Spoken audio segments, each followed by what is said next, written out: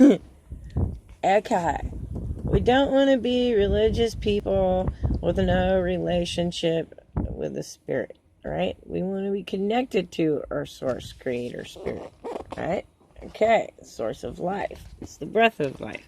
The word spoken and manifest. Ever wonder what 11:11 really means? Okay, there's a story. Mary and Martha's brother dies. He's dead about 3 days. Jesus is hanging out in Samaria, and they finally show up. Everybody's all upset. And the turnaround comes.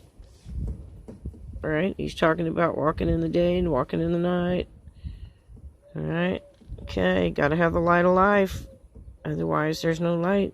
Alright, you stumble.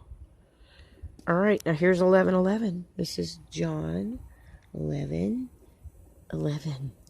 These things said he, not after that. These things said he, and after that he said to them. Let's put that in plain English.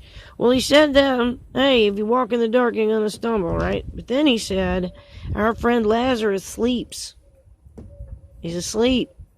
He's not dead, he's asleep. But I go that I may wake him out of sleep. John 11:11. Wakey, wakey. Talk about the awakening. And then the grave clothes have to come off afterwards, you know. And I realize that's just the stuff that he purifies out of our body. And our mind, our will, and our emotions as our soul. So the 7 churches in Revelation, something tells me. Okay. Let's go to 11:11. Revelation 11:11. And after 3 days and a half, the Spirit of life from God entered into them. This is what happened to Lazarus. And they stood up on their feet, and great fear fell upon them which saw them. And they're talking about the witnesses. John 11:11. No, Revelation 11:11.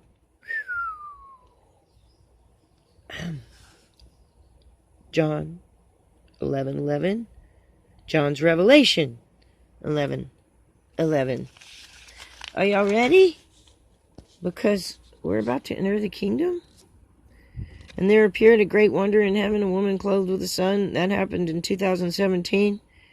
With the moon under her feet and under her head a crown of 12 stars. This was because the planets had aligned up in the 9 stars of Leo, counting as 12 stars. She being with child, right, the Christ, travailed in birth, and pained to be delivered. And there appeared another wonder in heaven. Behold, a great red dragon, having 7 heads and 10 horns and 7 crowns upon him. There we go with politics again. But, tell you what. Let's go here. Verse 11. And they overcame him with the blood of the Lamb and by the word of their testimony. Talk about a fiery sword of truth. And they loved not their lives unto death. Yep, that's about the witnesses. Revelation 11:11. They loved not their life unto death. Consider the ant. He just gave up his life.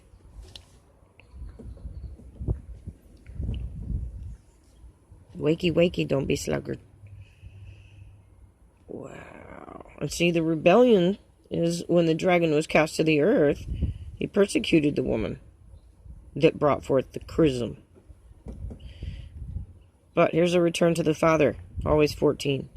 And to the woman were given 2 wings of a great eagle, that she might fly to the wilderness to her place, where she is nourished for a time and half a time from the face of the serpent. And the serpent cast out his mouth water as a flood after the woman, that he might cause her to be carried away of the flood. And the earth helped the woman, and the earth opened her mouth, and swallowed up like a flood that which the dragon had cast out of his mouth. And the dragon was very wroth with the woman, and went to make war with the remnant of her seed. Man, he just doesn't give up, does he?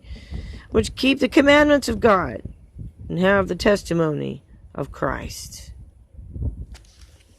Read John and Revelation 11:11. Because we're about to enter back to the Father. Where is Zion? It's your 7th chakra.